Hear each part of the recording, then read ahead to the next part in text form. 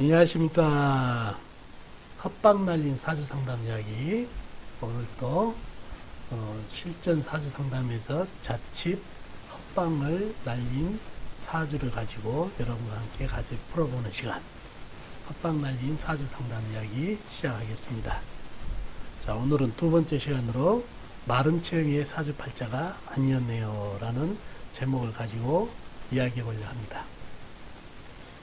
자, 이것도 제자분이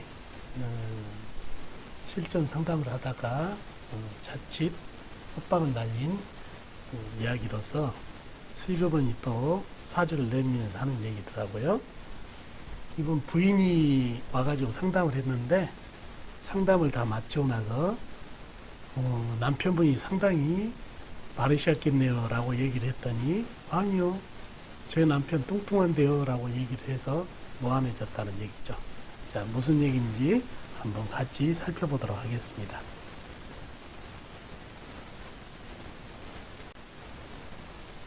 자, 이게 제자분께서 상담하신 사주팔자입니다.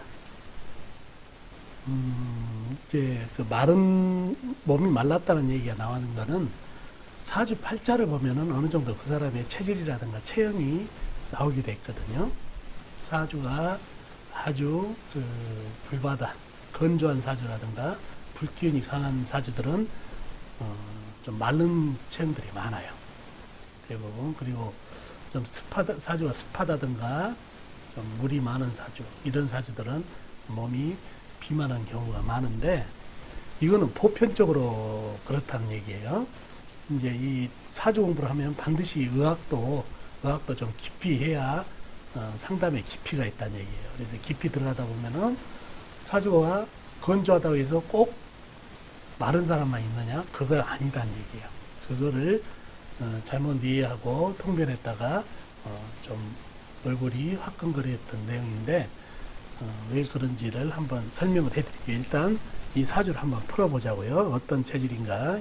우리 제자분은 그 사주가 상당히 건조하게 봤으니까요. 자, 먼저 사주 내에 있는 오행을 한번 볼까요? 연간의 임수는 큰 물이네요. 큰 물. 자, 술토는 불을 품은 큰 흙. 그리고 병화는 큰 불이네요. 그 다음에 오화는 작은 촛불. 본인은 큰 나무로 태어났네요. 간목. 그 다음에 술토, 불을 품은 큰 흙이라고 그랬죠. 그 다음에 정화는 작은 불. 묘목은 작은 나무, 이렇게 형성이 되어 있네요. 사주에 상당히 불을 품은 흙도 많고 불도 상당히 많죠. 그 다음에 나무도 좀 있고 쇠가 안 보이네요. 쇠, 금.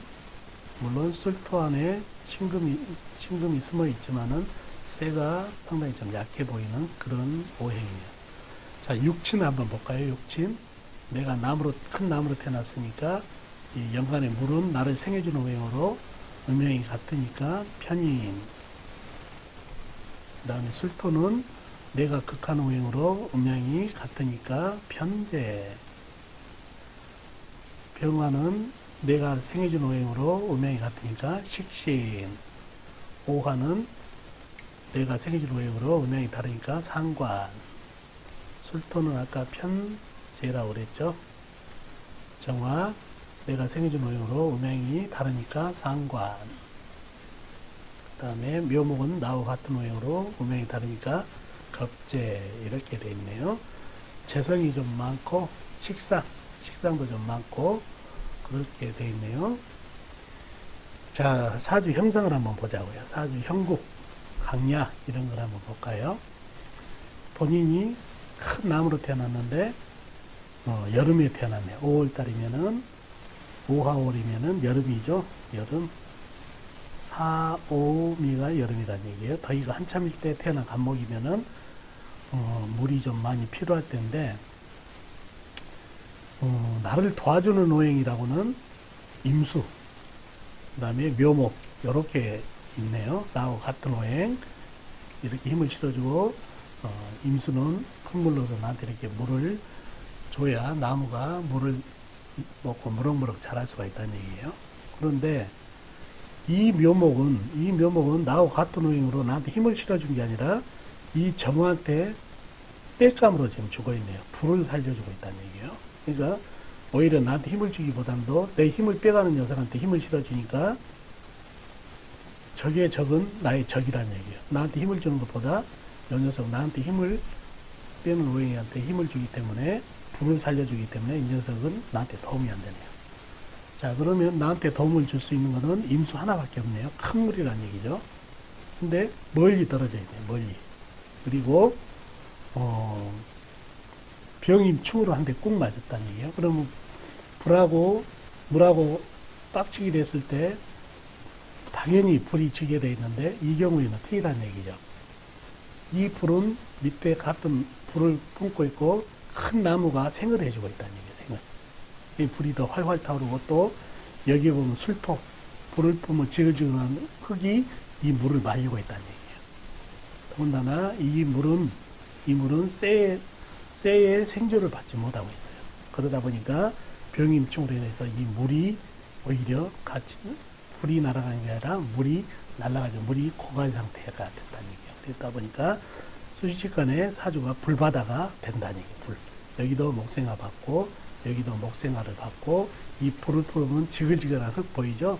술 중에 정화도 있고 그러니 이 뜨거움을 식혀줄 수 있는 물 요게는 거의 말라버리기 일보 직전에서 불바다 사주가 됐어요. 불바다. 사주는 정확하게 파악됐죠? 예.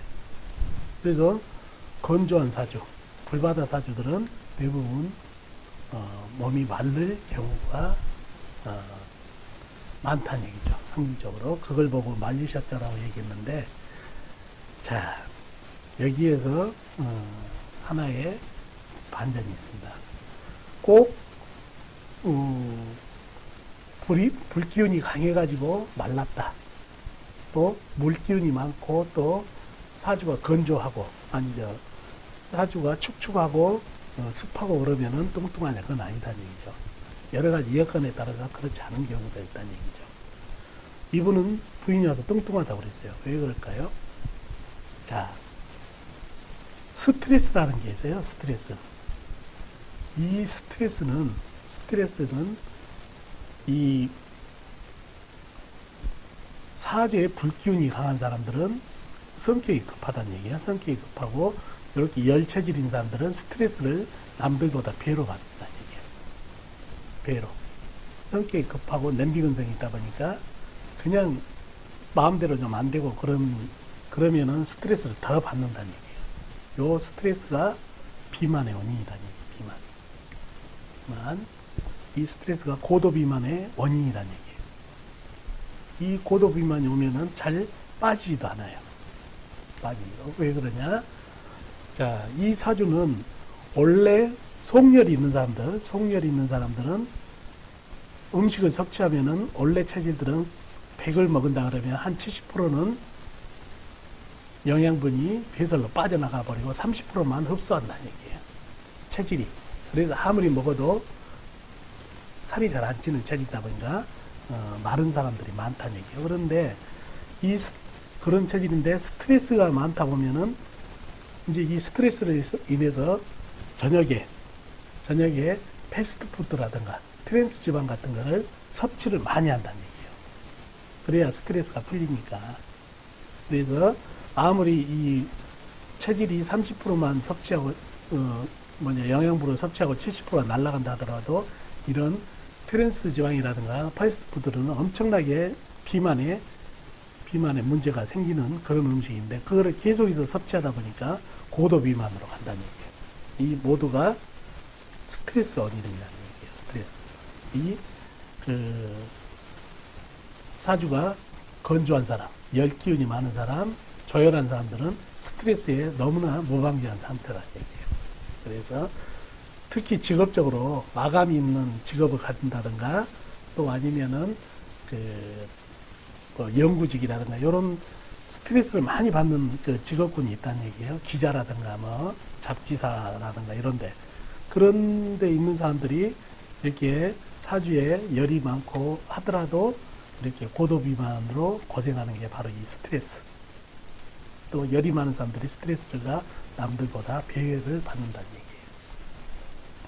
그래서 사주가 조열하고 건조하고 한다 해서 무조건 말랐다고 얘기를 하다가는 안 된다는 얘기죠. 망신당한다는 얘기죠. 그래서 그 사람의 직업이라든가 그런 환경 같은 것도 감안을 해가지고 그 사람 체질을 간파해야지 이렇게 사주가 이렇게 불기운이 많다 해서 무조건 말랐다 했다는 안 된다는 얘기죠. 아셨죠? 오늘은 자칫 이렇게 불기운이 많은 사람들은 마른 사람들이 많아가지고 무조건 말랐다고 얘기할 수가 있는데 그렇지 않다는 것을 오늘 얘기해 봤습니다. 오늘 도움 되셨나 모르겠네요. 오늘 헛방나인 사주 상담 얘기 마치도록 하겠습니다. 안녕히 계세요.